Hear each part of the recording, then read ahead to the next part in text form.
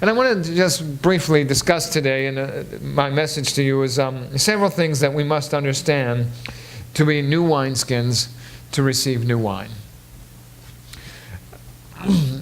The first is this, that whenever God seeks to shake a generation, He does it in new ways.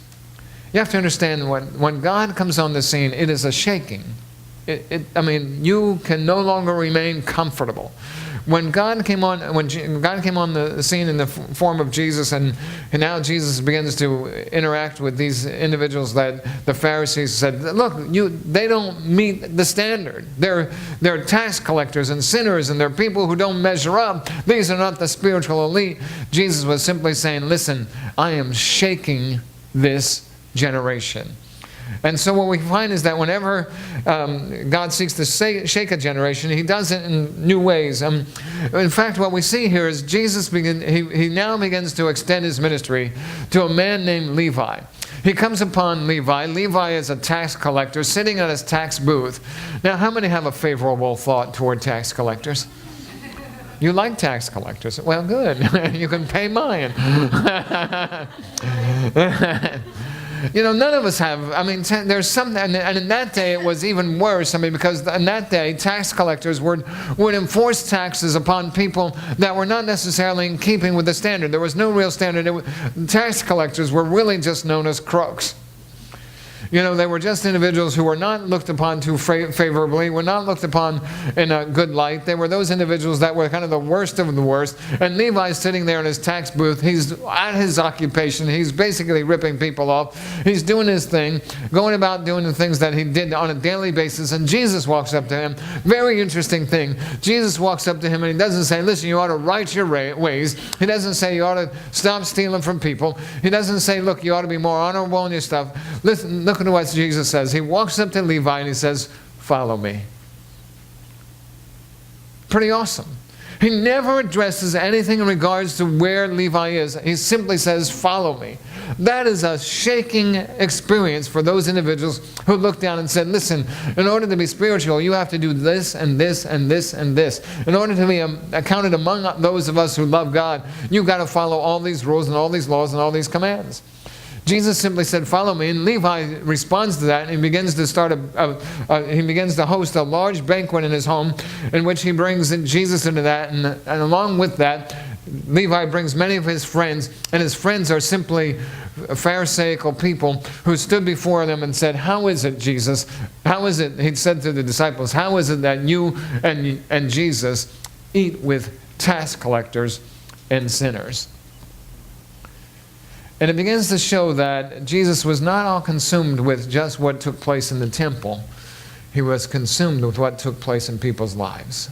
He was shaking the system. He was doing it in new ways. As much of a cliche as it may sound, it is true. God is doing a new thing.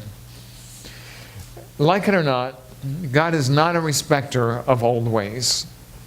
He's not locked into old tradition. And just because something has been done for the same way for years, even maybe hundreds of years, does not mean God is strapped by that tradition. Aren't you glad? If we learn anything about, by the way Jesus taught and conducted His life, and by the way God sent His Spirit to believers, we see that God is not locked into old customs.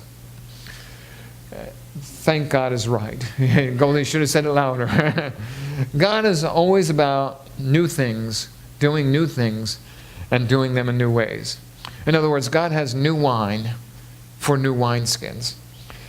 I talked about our YouTube and I talked about our internet presence, and there are some people that'll never touch, because there are some people who just say, look, I don't want anything to do with the computer, and I certainly don't want anything to do with those new things like Twitter or Facebook or any of that stuff. It's all they can do. Some people still can't get the emailing down, and so I didn't look at you, Goldie, for any purpose, but since I see that hand type thing, that's fine with me.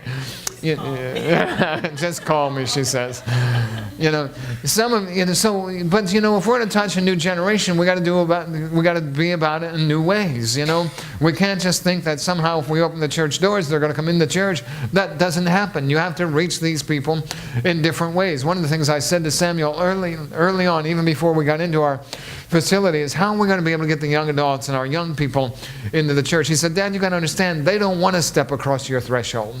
You got to go out and get them. You got to introduce some ways that'll meet them before they'll ever step across that threshold. You can't expect that they're going to just step across the threshold because you open the door saying we're having church. It doesn't happen in our new generation. And so, you laugh at me for being on Facebook this morning, but you know what? I am determined to reach this generation for Christ. I want to open our doors, and I want to make sure that they're available. And if they're up in the morning and they're on their iPhones and they're saying, listen, what can we do? What's going to happen? Maybe just by chance. I know that to think that any young person or young adult is up at 8 o'clock in the morning is probably on a Sunday is a little less, far thinking. But nonetheless, if they still haven't gone to bed from last night, I want them to know that church is available. Amen? So new wine for new wineskins, whatever it takes to get the thing done. And so what we have to understand is that God has new ways He wants to do. God has new ways He wants to work and do. If we're willing to receive it as new wineskins, God will pour those new ideas and new thoughts and new ways and new approaches into our hearts, into our minds, into our lives, and allow us to touch a new generation. William Barclay says in his commentary on Luke's Gospel, I was reading that a little bit this past week. William Barclay in his commentary says this. He says, there is in religious people a kind of passion for the old. Then he goes on to say that nothing moves slower than the church. Youch is right. That's what I thought when I read it. So to state it candidly is that we are among the worst when it comes to accepting new ideas. We move the slowest when it comes to introducing new thought. We're one of those individuals that are so cautious about the things that happen that we're not quick to respond and be on the cutting edge. And so the world is way ahead of us, and all of a sudden we're playing catch up to the world. And when I believe that God wants to put creative ideas in His people so that we are the leading edge and the world is doing their best to catch up to us. It reminds me of an article that I was reading this past week that stated in London, over 200 years ago, the umbrella was first introduced to the public. Religious groups were outraged and tried to have the new contraption banned. Their argument was simple. Man is interfering with heavenly design by not getting wet. I think it's kind of interesting that it rained this morning on our way to church. That people would be so closed-minded and say, no, that's the umbrellas, it's of the devil, that kind of concept. And that's the typical resistance to change that has been around since the beginning of time. And it was that same thinking that Jesus was up against as the Pharisees challenged Him about eating with sinners and not keeping long-held traditions.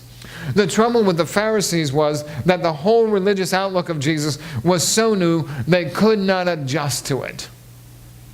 To which Jesus responded, what God needs are some new wineskins to accommodate some new wine. What God was about to do by the Spirit, old wineskins would never accept.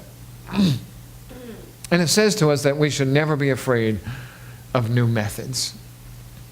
And that and the fact that a thing has been done may very well be the reason to stop doing it. And that something has never been done may be the best reason for trying it. Again, Barclay says in his commentary, no business could exist on outworn methods, and yet the church tries to. Any business which has lost, listen to this, any business which has lost as many customers as the church would have tried new ways long ago.